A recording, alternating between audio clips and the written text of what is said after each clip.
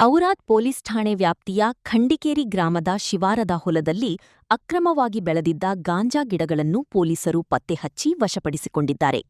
August 18ರಂದು ದೊರೆತ ಖಚಿತ ಮಾಹಿತಿಯ ಮೇರೆಗೆ ಔರಾದ್ ಬಿ ಠಾಣೆಯ ಪೊಲೀಸರು ಖಂಡಿಕೇರಿ ಗ್ರಾಮದ ಹೊಲದ ಮೇಲೆ ದಾಳಿ ನಡೆಸಿದ್ದಾರೆ.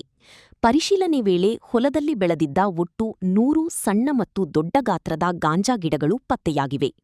ವಶಪಡಿಸಿಕೊಂಡ ಗಾಂಜಾ ಗಿಡಗಳ ಒಟ್ಟು ತೂಕ 60 ಕೆಜಿ 430 ಗ್ರಾಂ ಆಗಿದ್ದು, ಇದರ ಅಂದಾಜು ಮೌಲ್ಯ 30,21,500 ರೂಪಾಯಿ ಎಂದು ಪೊಲೀಸ್ ಇಲಾಖೆ ತಿಳಿಸಿದೆ. ಈ ಪ್ರಕರಣಕ್ಕೆ ಸಂಬಂಧಿಸಿದಂತೆ ಓರ್ವ ಆರೋಪಿಯನ್ನು ವಶಕ್ಕೆ ಪಡೆದು ಔರಾದ್ ಬಿ ಪೊಲೀಸ್ ಠಾಣೆಯಲ್ಲಿ ಅಪರಾಧ ಸಂಖ್ಯೆ 83/2026 ಎನ್ಡಿಪಿಎಸ್ ಕಾಯ್ದೆ 1985ರ ಕಲಂ 20ಎ ಅಡಿಯಲ್ಲಿ ಪ್ರಕರಣ ದಾಖಲಿಸಲಾಗಿದೆ. ಆರೋಪಿಯನ್ನು ನ್ಯಾಯಾಂಗ ಬಂಧನಕ್ಕೆ ಕಳುಹಿಸಲಾಗಿದೆ.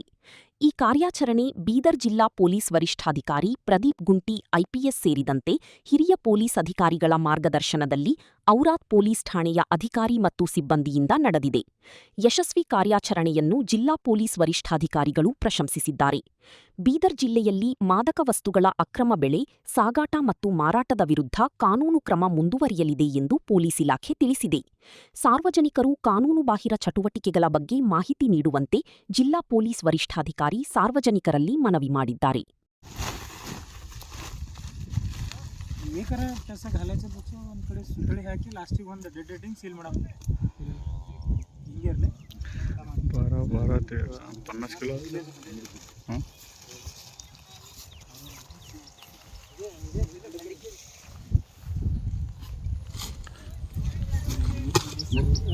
ಸರ್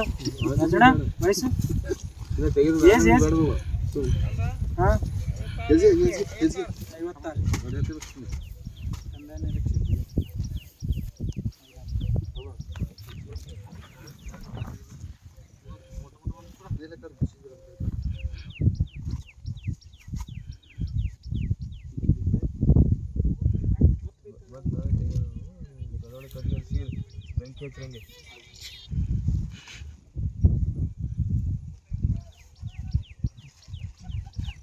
ಬೀದರ್ ಹೊನ್ನಿಕೇರಿ ಕಾಯ್ದಿಟ್ಟ ಅರಣ್ಯ ಪ್ರದೇಶದ ಸಮೀಪದ ಚೋಂಡಿ ಮಮದಾಪುರ ಹುಲ್ಲುಗಾವಲು ಪ್ರದೇಶದಲ್ಲಿ ಕೃಷ್ಣಮೃಗ ಬೇಟೆಯಾಡಿದ ಪ್ರಕರಣಕ್ಕೆ ಸಂಬಂಧಿಸಿದಂತೆ 6 ಆರೋಪಿಗಳನ್ನು ಅರಣ್ಯ ಇಲಾಖೆ ಬಂಧಿಸಿದೆ. ಆಗಸ್ಟ್ 17ರಂದು ಕೃಷ್ಣಮೃಗ ಬೇಟೆಯಾಡಿದ 3 ಆರೋಪಿಗಳನ್ನು ಸ್ಥಳೀಯ ಗ್ರಾಮಸ್ಥರು ಹಿಂಬಾಲಿಸಿ ಹಿಡಿದು ಪೊಲೀಸರಿಗೆ ಒಪ್ಪಿಸಿದ್ದರು. ಉಳಿದ 3 ಆರೋಪಿಗಳು ಪರಾರಿಯಾಗಿದ್ದರು. ವಿಶೇಷ ತಂಡ ಕಾರ್ಯಾಚರಣೆ ನಡೆಸಿ ಆಗಸ್ಟ್ 18ರಂದು ಪರಾರಿಯಾಗಿದ್ದ 3 ಬಂಧಿಸಿದೆ. ಬಂಧಿತರಿಂದ 2 4 ಚಕ್ರ ವಾಹನಗಳು ಹಾಗೂ ಬೇಟೆಗೆ ಬಳಸಿದ್ದ ರೈಫಲ್ ಒಂದನ್ನು ಜಪ್ತಿ ಮಾಡಲಾಗಿದೆ. ಬಂಧಿತರಲ್ಲಿ ಕಲಬುರಗಿ ಜಿಲ್ಲೆಯ 3 ಹಾಗೂ ಹೈದರಾಬಾದ್ ಮೂಲದ 3 ಇದ್ದಾರೆ ಎಂದು ಪ್ರಾಥಮಿಕ ತನಿಖೆಯಲ್ಲಿ ತಿಳಿದುಬಂದಿದೆ. ವನ್ಯಜೀವಿ ಸಂರಕ್ಷಣಾ ಕಾಯ್ದೆಯಡಿ ಕೃಷ್ಣಮೃಗವು ಶೆಡ್ಯೂಲ್ 1 ಸಂರಕ್ಷಿತ ಪ್ರಾಣಿಯಾಗಿದ್ದು, ಬೇಟೆ ಕಾನೂನುಬಾಹಿರವಾಗಿದೆ. ಆರೋಪಿಗಳನ್ನು ನ್ಯಾಯಾಲಯಕ್ಕೆ ಹಾಜರುಪಡಿಸಲಾಗಿದ್ದು, ಪ್ರಕರಣದ ತನಿಖೆ ಮುಂದುವರಿದಿದೆ.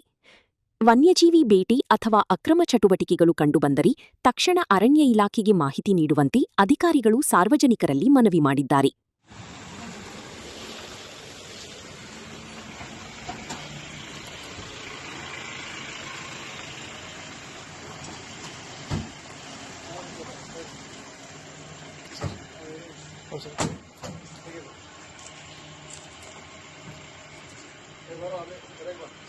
अजय